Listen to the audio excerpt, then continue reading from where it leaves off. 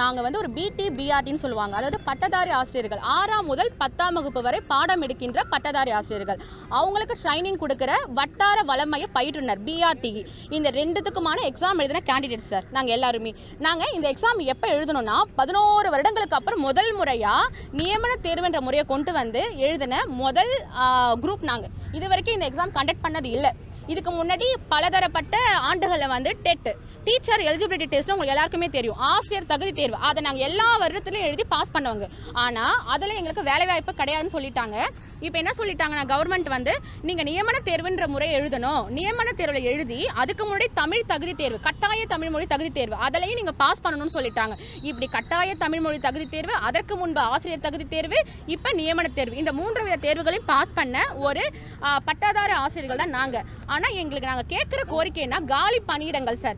இந்த காலி பணியிடங்கள வார்த்தையை கேட்டு கேட்டு கேட்டு அதிகரிங்கன்னு சொல்லி சொல்லி சொல்லி எங்கள் எல்லாருக்குமே மன உளைச்சல் தாங்க சார். ஏன் நான் இது இவ்வளோ அழுத்தமாக சொல்கிறேன்னா, நாங்கள் ஆகஸ்ட் மாதம் இதே இடத்துக்கு வந்து பெட்டிஷன் கொடுத்தோம் சார், ப்ரெஸ் மீட் கொடுத்தோம் சார். இதே மீடியா எங்கள் சப்போர்ட் பண்ணாங்க. ஆனால் அன்னைக்கு எதிர்பார்த்தோம் பட்டதாரி ஆசிரியர்களோட காலி பணியிடங்களை உயர்த்துவாங்க அப்படின்னு. ஆனால் எங்களுக்கு உயர்த்தி கொடுக்கல. ஏன் இதை நாங்கள் மறுபடியும் காலி பணியிடங்களை மட்டும் நான் அழுத்தமாக சொல்கிறேன்னா, 11 வருடத்துக்கு அப்புறம் 3192 தாங்க சார் எங்களுக்கு விட்டுருக்காங்க. 11 வருடத்துக்கு அப்புறம் பட்டதாரி ஆசிரியரோட எண்ணிக்கை பார்த்தீங்கன்னா அந்த ரெக்ரூட்மெண்ட்ல சொன்னது 3192. அதுலயுமே இப்போ 2700 தான் போஸ்டிங் போறாங்க. அதுக்கு வந்து இப்போ சமீபத்தில் நவம்பர் 8ஆம் தேதி முதல்வர் தலைமையில் ஒரு ஆய்வுக் கூட்டம் நடந்துச்சு.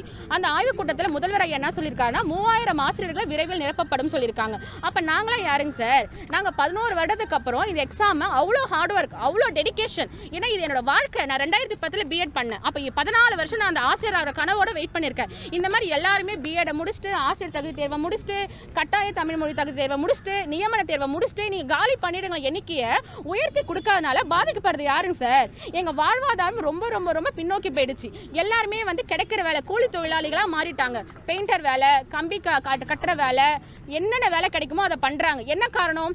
ஆசிரியருக்கான வாய்ப்பு எங்களுக்கு எங்கே போனாலும் மறுக்கப்படுது. அந்த காலி பணியிடங்களை எண்ணிக்கை உயர்த்துங்க உயர்த்துங்க உயர்த்துங்கன்னு நாங்கள் போகாத இடம் இல்லைங்க சார். சிஎம் தமிழ்நாடு ஃபுல்லாக சுற்றுப்பயணம் மேற்கொண்டார். எல்லா இடத்துலையும் நாங்கள் போய் மனு கொடுத்தோம். டெபுட்டி சிஎம் எல்லா இடத்துக்கு போனாங்க, அங்கேயும் எல்லா இடத்துலையும் மனு கொடுத்தோம். மாண்புமிகு கல்வி அமைச்சர் அவங்கள்ட்ட நாங்கள் நேரடியாக பார்த்து இது வரைக்கும் நாங்கள் வந்து ஒரு 100 தடவைக்கு மேலே பார்த்துருப்போம். போஸ்ட் சொல்ல முடியாத அளவுக்கு, போஸ்ட் மெயில் சொல்ல முடியாத அளவுக்கு. இன்னும் நாங்கள் என்ன பண்ணணும்? எத்தனை முறை டிபிஐக்கு வந்து நாங்கள் சாரை நேரடியாக பார்த்துருக்கோம், டைரக்டர். ஆனால் எங்களுக்கு எதுக்குமே ரெஸ்பான்ஸ் இல்லைங்க சார். எங்களை காலி பணியிடங்களை உயர்த்தலைங்க சார். நாங்கள் போன ப்ரெஸ் மீட்டை நம்பி போனோம், காலி பணியிடங்களை உயர்த்தலை. இந்த ப்ரெஸ் மீட்டுக்கு நம்பி வந்திருக்கோம் சார். எங்களை ஒன்று கருணை கொலை பண்ணி எங்களெல்லாம் வந்து அவங்களே பண்ணிட்டோம் சார். எங்களுக்கு இனிமேட்டு வந்து ஒன்று வாய்ப்பை கொடுங்க, இல்லைன்னா எங்கள் வாழ்க்கையை நீங்களே தொலைச்சிடுங்க. எங்களால் மறுபடியும் வந்து என்ன பண்ணுறதுன்னு தெரியல.